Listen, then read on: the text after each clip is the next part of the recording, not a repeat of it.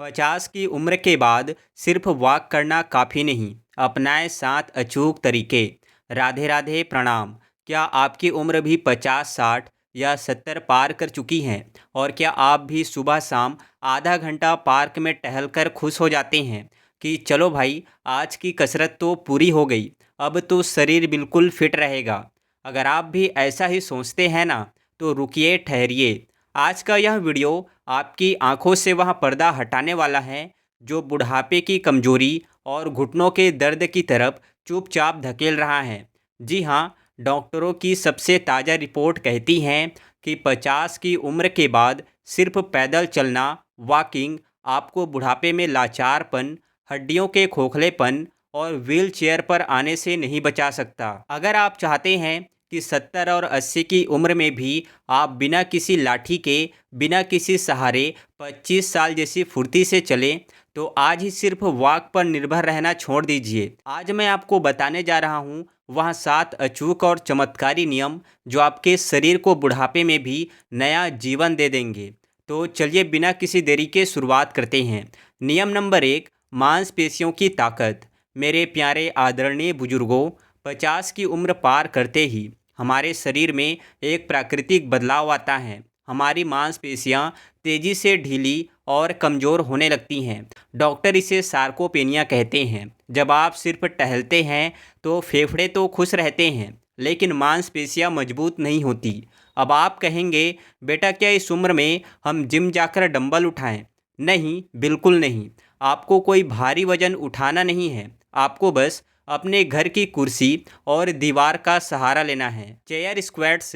एक मजबूत कुर्सी पर बैठिए और बिना किसी सहारे के खड़े होने की कोशिश कीजिए, फिर बैठिए। इसे रोजाना बस 10 से 12 बार कीजिए। जरूरी सावधानियां, शुरुआत में 10 से 12 बार या क्षमता अनुसार करें। अगर संतुलन कमज़ोर है तो आगे कोई मजबूत मेज या सहारे के लिए किसी की मदद रखें। घुटनों में तेज दर्द होने पर इसे ज़बरदस्ती ना करें और डॉक्टर या एक्सपर्ट की सलाह लें। दूसरा है वाल पुशअप। दीवार पर हाथ रखकर हल्का सा दबाव बनाइए और कोहनियाँ मोड़िए। सावधानियाँ, कंधे या कलाई में तेज दर्द होने पर इसे ना करें। यदि कोई पुरानी बीमारी या सर्जरी हुई है तो डॉक्टर से पूछ कर ही शुरू करें। तीसरा है काफ रेंज। दीवार पकड़कर अपने पंजों के बल खड़े होइए और एड़ियों को हवा में उठाइए। जरूरी सावधानियां, सहारा अवश्य लें। संतुलन खोकर गिरने से बचने के लिए हमेशा दीवार या फर्नीचर का सहारा लें। झटके से बचें। एड़ियों को ऊपर नीचे करते समय शरीर को झटका ना दें। गति को धीमा और नियंत्रित रखें। शुरुआत धीमी करें। पहले दिन केवल 5 से 10 बार ही करें, फिर धीरे धीरे क्षमता अनुसार इसे बढ़ाएं। डॉक्टर की सलाह। यदि बुजुर्ग को घुटने, एड़ी या टखने में गंभीर दर्द या ऑस्टियोआर्थराइटिस है तो व्यायाम शुरू करने से पहले डॉक्टर से परामर्श लें। विश्वास मानिए, यह छोटी छोटी 3 कसरतें आपके घुटने, आपकी जांघों में इतनी ताकत भर देंगे कि उठते बैठते वक्त जो घुटने कड़कड़ाते हैं ना, वह दर्द हमेशा के लिए गायब हो जाएगा। नियम नंबर 2, खान पान में सबसे बड़ी गलती, प्रोटीन का महत्व। अब आते हैं दूसरे सबसे बड़े नियम पर, जहां 90% बुजुर्ग मात खा जाते हैं। हम भारतीय सुबह पराठा, दोपहर में दाल चावल और रात में रोटी सब्जी पेट भरकर खाते हैं, लेकिन शरीर को जो सबसे ज़्यादा चाहिए, प्रोटीन, वह भूल जाते हैं। प्रोटीन शरीर की वह ईंट है जो आपकी ढीली पड़ती मांसपेशियों को वापस कसती हैं। उम्र के इस पड़ाव पर अगर शरीर में प्रोटीन नहीं जाएगा तो हाथ पैरों में चींटियाँ चलेगी, थकावट रहेगी और काम करने का मन नहीं करेगा। तो आपको अपनी थाली में क्या जोड़ना है? दोपहर के खाने में 1 कटोरी गाढ़ा दही या 50 ग्राम ताज़ा पनीर। शाम के नाश्ते में उबले हुए काले चने या भुने हुए मखाने। सुबह के समय बेसन का चीला या मूंग दाल का चीला। रात को सोने से पहले हल्दी वाला गुनगुना दूध। कुछ ही हफ्तों में आपकी सुस्ती हवा हो जाएगी।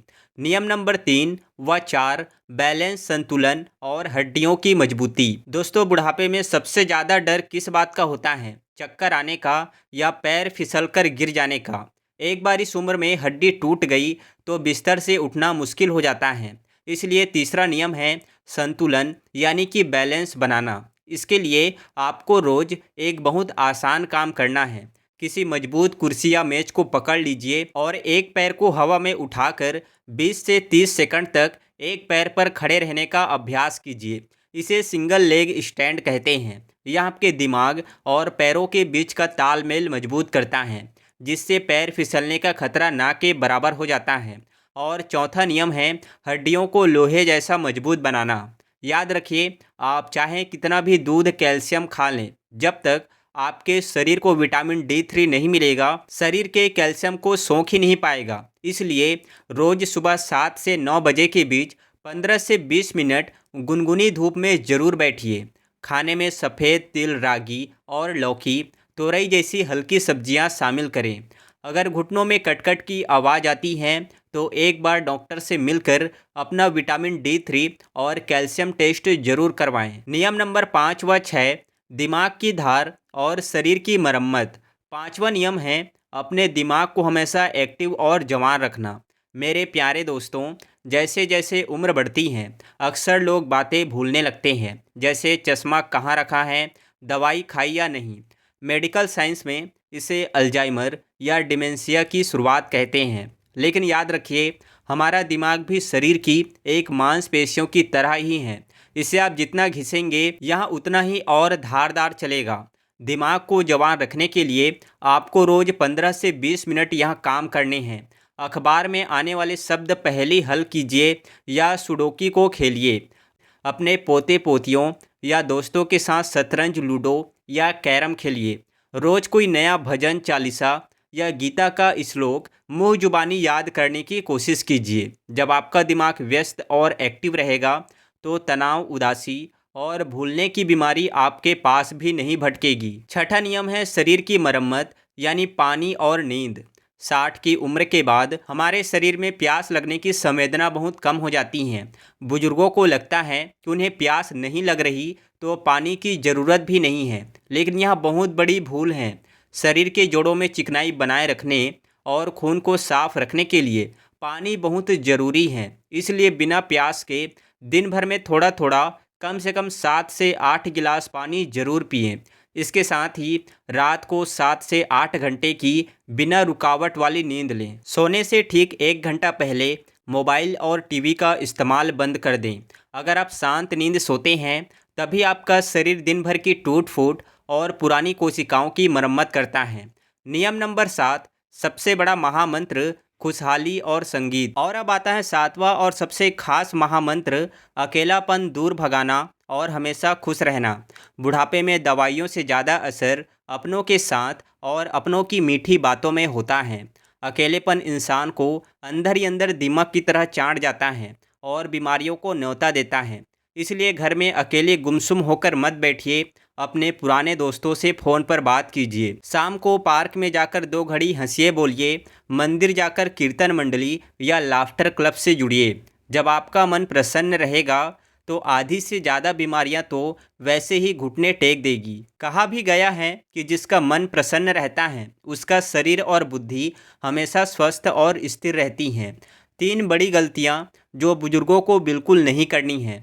दोस्तों, इन 7 नियमों को अपनाने के साथ साथ आपको 3 बड़ी गलतियों से भी बचना बहुत ज़रूरी है, जो अक्सर लोग जाने अनजाने में कर बैठते हैं। नंबर 1, खाली पेट बहुत तेज वॉक या कसरत करना। कभी भी सुबह खाली पेट उठते ही बिना कुछ खाए पिए भारी कसरत ना करें। 1 गिलास गुनगुना पानी और 2 से 3 भीगे बादाम या अखरोट खाकर ही शुरुआत करें।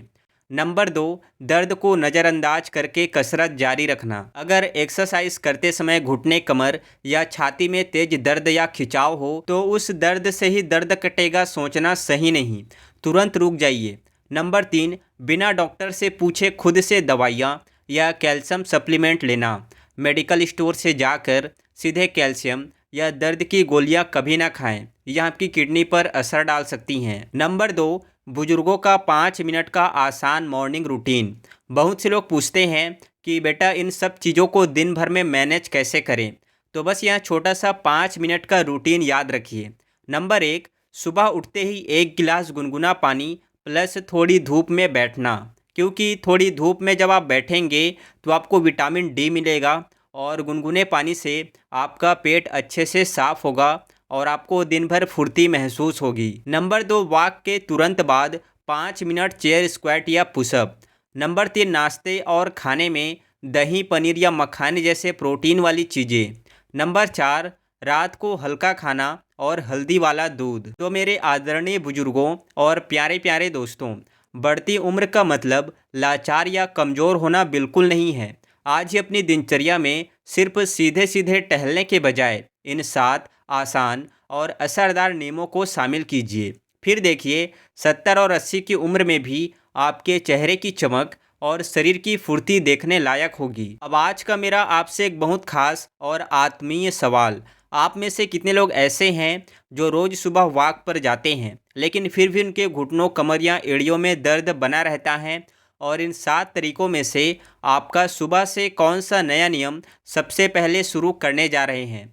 मुझे नीचे कमेंट बॉक्स में लिखकर ज़रूर बताइएगा। मैं आप सभी के कमेंट्स खुद पढ़ता हूं और उनका जवाब देने की कोशिश करता हूं। अगर आपको आज की यह जानकारी दिल से उपयोगी और सच्ची लगी हो तो इस वीडियो को एक लाइक ज़रूर करें और अपने सभी उम्रदराज दोस्तों, रिश्तेदारों और व्हाट्सएप ग्रुप्स में शेयर करना ना भूलें, ताकि हर बुजुर्ग हंसता मुस्कुराता और सेहतमंद रहे। ऐसे ही अनमोल अमृत जानकारियों के लिए आपके अपने चैनल को अभी सब्सक्राइब कर लीजिए और घंटी वाला बटन दबा दीजिए। हमेशा स्वस्थ रहें, प्रसन्न रहें। आप सभी के उत्तम स्वास्थ्य की मैं अच्छे से भगवान से कामना करता हूँ।